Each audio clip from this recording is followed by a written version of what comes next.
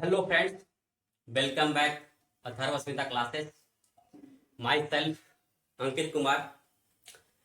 यह वीडियो आपके क्लास 11 के चैप्टर 2 यूनिट्स एंड मेजरमेंट का पार्ट 1 है।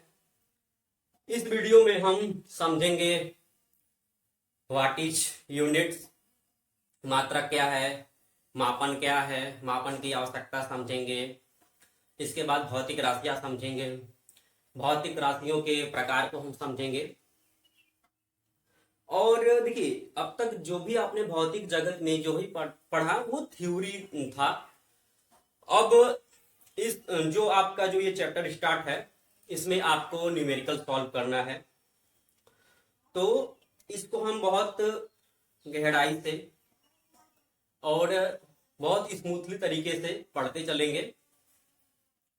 तो इस वीडियो में पहले हम समझते हैं, क्योंकि चैप्टर का नाम है मात्रक, यूनिट्स एंड मेजरमेंट, मापन एवं मात्रक। भौतिक राशियां, सबसे पहले हम समझेंगे भौतिक राशियां क्या होती हैं। भौतिक राशियों को ही मापने के लिए मापन की आवश्यकता पड़ती है। देखिए, भौतिक राशि किसी भी भौतिक राशि, वे सभी राशियां जिनके पदों में भौतिकी के नियमों को व्यक्त किया जाता है तथा जिनका मापन किया जाता है, भौतिक राशियां कहलाती हैं। देखिए, हमारे ब्रह्मांड में जो भौतिक राशियां हैं, भौतिक राशियां ये दो प्रकार की होती हैं। मूल राशियां, व्युत्पन्न राशियां। मूल राशियां ऐसी राशियां जो किसी पे निर्भर नहीं करती, जो स्वयं अपने आधार पे रहती हैं, उसे मूल राशियां कहते हैं। और इनके मात्रक को मूल मात्रक कहते हैं। हम समझते हैं, हम मापन समझेंगे, क्योंकि देखिए मापन को समझने के लिए भौतिक राशियां समझना जरूरी है। तो हम मापन समझेंगे। मापन किसी भी भौतिक राशि को, किसी भी भौतिक राशि को ज्ञात करने के लिए एक निश्चित मानक से तुलना करना ही मापन कहलाता है। अर्थात किसी भी भौतिक राशि को ज्ञात करने के लिए तथा उसके एक निश्चित परिमाण को एक मानक माना जाता है। उस मानक को हम एक नाम देते हैं, वो मापन में आता है। मापन कोई भी चीज बिना मापन के असंभव है। जैसे आप दुकान पर जाइए, आपको कपड़े लेने हैं, बिना मात्रक के, देखिए मापन दो प्रकार के होते हैं, एक मात्रक और एक संख्यात्मक मान। तो बिना मात्रक अर्थात बिना मापन के आप कोई भी चीज बोल के दिखाइए। जैसे आपको 20 किलो आटा चाहिए, आप 20 किलो आटा चाहिए, आप बिना मापन के बोल के दिखाइए। बोलिए आटा, आप बोलेंगे आटा, क्या आटा, कितना चाहिए। असंभव है भाई, कोई भी चीज बिना मात्रक के अर्थात बिना मापन के असंभव है। तो हमारे ब्रह्मांड में भौतिक राशियों के परिमाणात्मक मान को ज्ञात करने के लिए मापन की आवश्यकता है। ये रहा आपका मापन। मापन आपका दो प्रकार का होता है, मात्रक और संख्यात्मक मान। भौतिक राशियां चूंकि मैंने आपको बताया है, भौतिक राशियां दो प्रकार की होती हैं। वे सभी राशियां जिनके पदों में भौतिकी के नियमों को व्यक्त किया जाता है तथा जिनका मापन किया जाता है, जिनका मापन संभव है। देखिए, मूल राशियां, भौतिकी राशियां में सभी राशि हैं, लेकिन भौतिकी राशियां भी दो प्रकार की होती हैं, मूल राशि, व्युत्पन्न राशि। मूल राशियां 7 प्रकार की होती है, जिसमें कि आपका लंबाई, द्रव्यमान, समय, ताप, विद्युत धारा, ये सब आते हैं। तथा भौतिक राशियों के मूल राशि का जो मात्रक होता है उसे मूल मात्रक कहते हैं। तो जो लंबाई, द्रव्यमान, समय है, ये आपका मूल राशि है।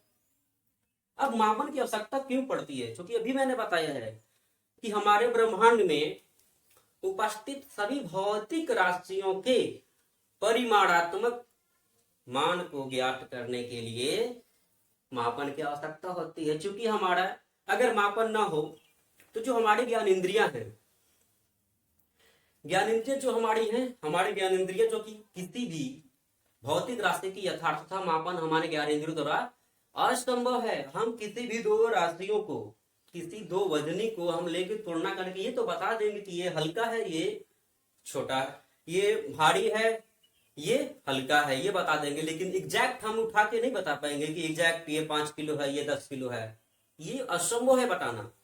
अर्थात भौतिक राशियों के परिमाणात्मक मान को ज्ञात करने के लिए मापन की आवश्यकता होती है।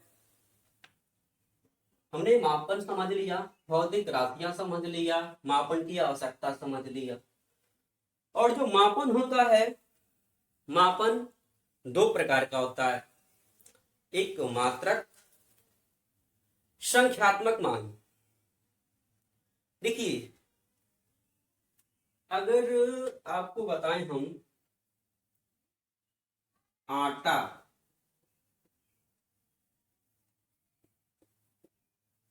20 kg, अब आपको इसमें बताना है इसमें भौतिक राशि कौन है, इसमें मापन कौन है। तो मैं अगर आप तो आपको कहेंगे कि सर आटा को किसमें नापते हैं, किसमें नापते हैं? क्योंकि ये इसका द्रव्यमान होता है, तो द्रव्यमान है, और द्रव्यमान को किग्रा में नापते हैं।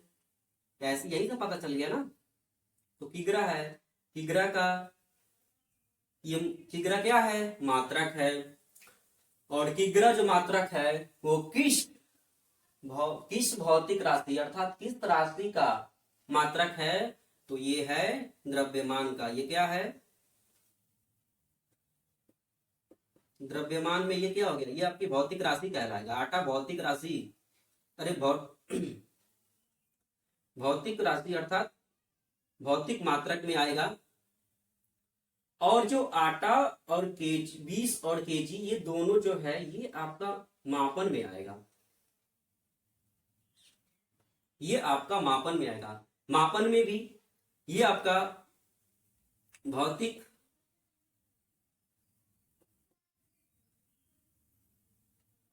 राशि, ये तो आपका भौतिक राशि अर्थात हुआ। और बात की जाए तो ये आपका मापन होगा। क्या होगा? मापन।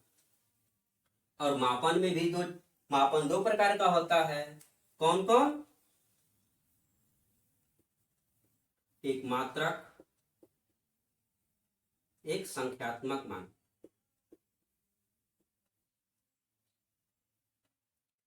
एक मात्रक और एक संख्यात्मक मान होता है। तो ये आपका जो ये किगड़ा दिख रहा है ना, ये आपका मात्रक कहलाएगा। क्या कहलाएगा? मात्रक।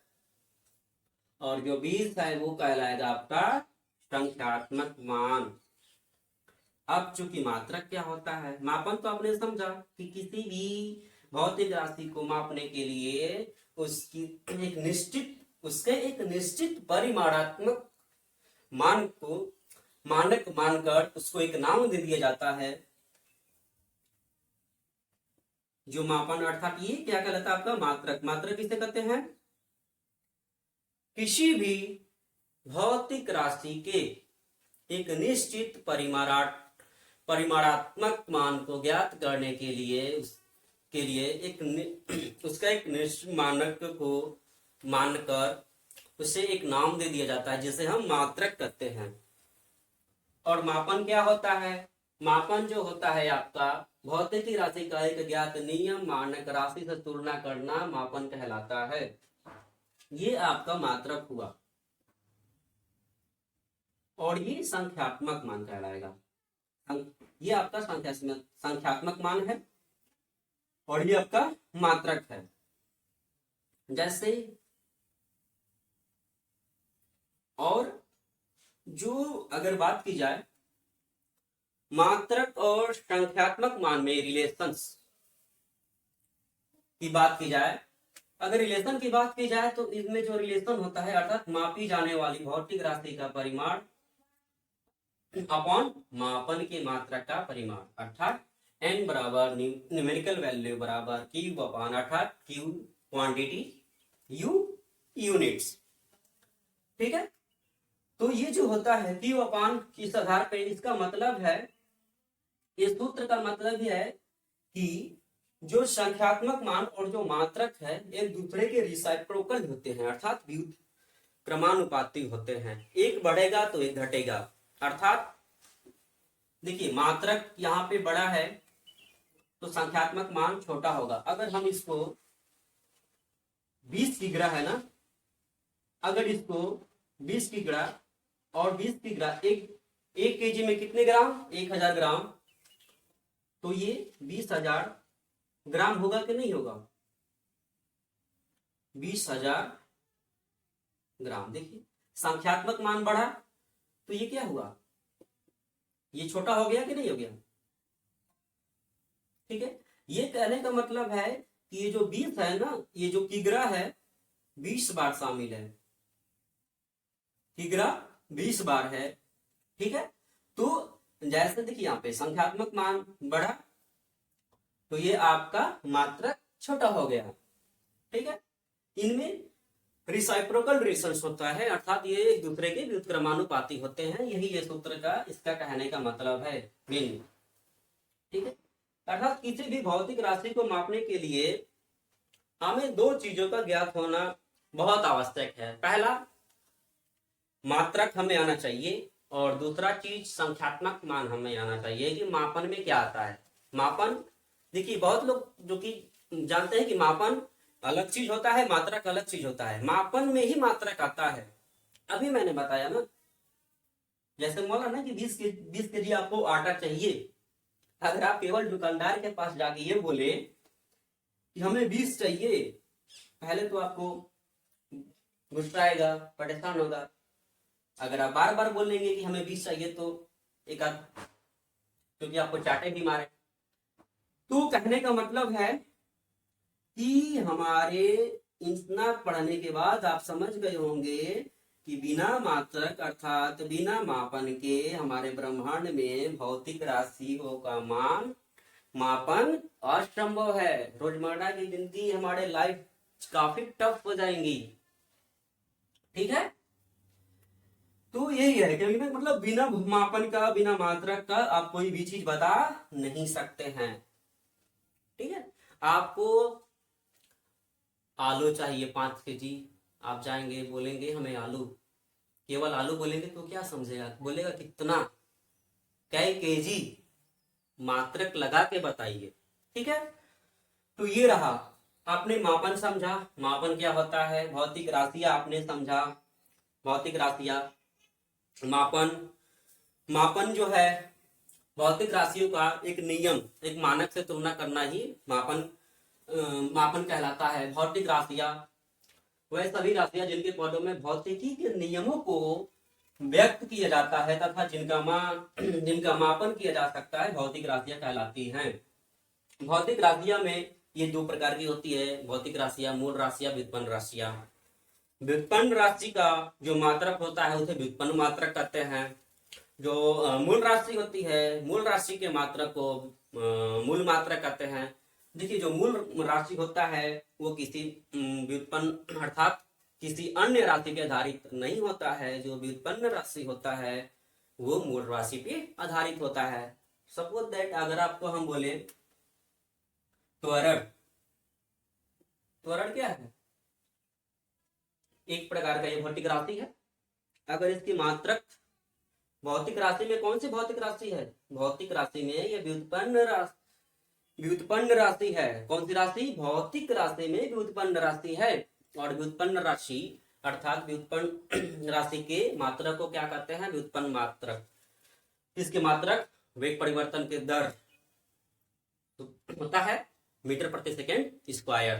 ठीक है, मीटर प्रति सेकेंड स्क्वायर ये आपका व्युत्पन्न मात्रक होता है, अर्थात मीटर प्रति सेकेंड स्क्वायर। देखिए मीटर प्रति सेकेंड स्क्वायर, मीटर प्रति सेकेंड स्क्वायर है ना, तो ये किससे बना है? मूल मात्रक से ही बना है। त्वरण का जो मात्रक है वो मूल मात्रक से ही बना है। अगर इसके मीटर प्रति सेकेंड स्क्वायर में से मीटर गायब कर दिया जाए, सेकेंड को गायब कर दिया जाए, त्वरण का काम खत्म, गए। आया समझ में? तो ये है आपका मूल मात्रक व्युत्पन्न। चूंकि व्युत्पन्न मात्रक को और हम अच्छे से डिटेल में समझाएंगे, बताएंगे। तो ये रहा संख्यात्मक मान, मापन की आवश्यकता। और हम आगे बहुत सब डिटेल में हम समझेंगे कि कैसे व्युत्पन्न मात्रक को भौतिक राशियों से बदला जाता है, और व्युत्पन्न मात्रक गुण समझेंगे, सब कुछ समझेंगे। मात्रकों के गुण हम समझते हैं। मात्रक के गुण क्या होता है? मात्रक का गुण कहने का मतलब कि इसका आंकिक मान न ज्यादा बड़ा होना चाहिए न ज्यादा छोटा होना चाहिए। ये मात्रकों के गुण में आता है। समय के साथ उसमें परिवर्तन हो, मात्रकों में परिवर्तन हो तथा वो, और इसका एक निश्चित परिमाण, क्योंकि और ये तो संभव है, इसका परिमाण निश्चित होता है। थर्ड है भौतिक अवस्था बदलने पर मात्रक में परिवर्तन न हो। भौतिक अवस्था बदलने में मात्रक में परिवर्तन न हो, अर्थात कोई भी जो अपने भौतिक अवस्था का मतलब बाहरी चीज, दिखने में बाहरी उसका आकार कैसा है उसका, ठीक है, इन सब चीजों में। तो भौतिक अवस्था बदलने पर मात्रक में परिवर्तन ना हो, यह सर्वमान होता है। ठीक है, और यह सर्वमान होता है, अर्थात जो मात्रक होते हैं ये सभी जगह लागू होते हैं। ठीक है, केवल एक जगह लागू नहीं होता है, ये सर्वत्र विद्यमान होता है। तो ये थे आज के टॉपिक। आज के टॉपिक में हमने समझा मापन, मापन समझा, मापन किसे कहते हैं, मापन ज्ञात करने के लिए किसी भी भौतिक राशि का किन किन बातों का ज्ञान होना चाहिए। ठीक है, इसके बाद भौतिक राशियों को समझा, भौतिक राशियों के प्रकार को हमने समझा, मापन की आवश्यकता को हमने समझा, फिर इसके बाद मात्रक हमने समझा और मात्रकों के महत्व को समझा, और मात्रक के गुण हमने ये है आंकिक मान ना बहुत बड़ा होना चाहिए ना छोटा होना चाहिए, समय के साथ उसमें परिवर्तन हो, जिसका परिमाण निश्चित हो, भौतिक अवस्था बदलने पर मात्रक में परिवर्तन न हो, यह सर्वमान्य हो। ये थे आपके मात्रक के गुण। क्योंकि वीडियो काफी लंबी हो रही है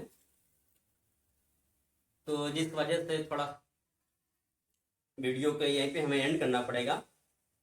इस वीडियो में आज के लिए इतना ही।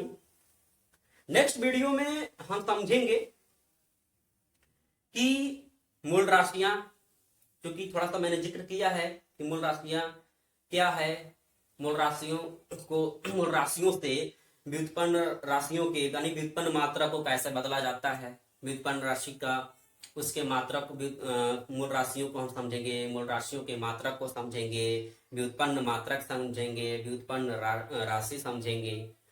इन सारी चीजों का हम अध्ययन करेंगे नेक्स्ट वीडियो में।